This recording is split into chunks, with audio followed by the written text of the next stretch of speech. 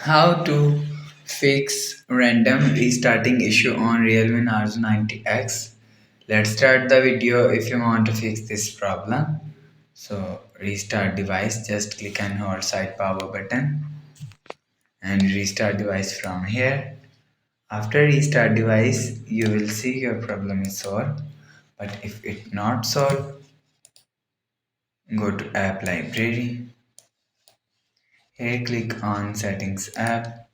Now in setting, scroll down Scroll down and click on System and Update. After click on System and Update, click on Software Update. You will check your software update is latest. If it not latest, update your software latest. After update software latest, go back to home screen.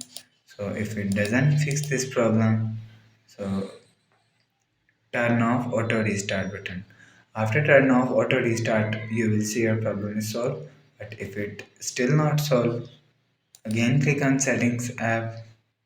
Scroll down to and click on System and Update and click on Backup and Reset Phone and click on Reset All Setting. After click on Reset All Setting, go back to home screen. You will see your problem is solved.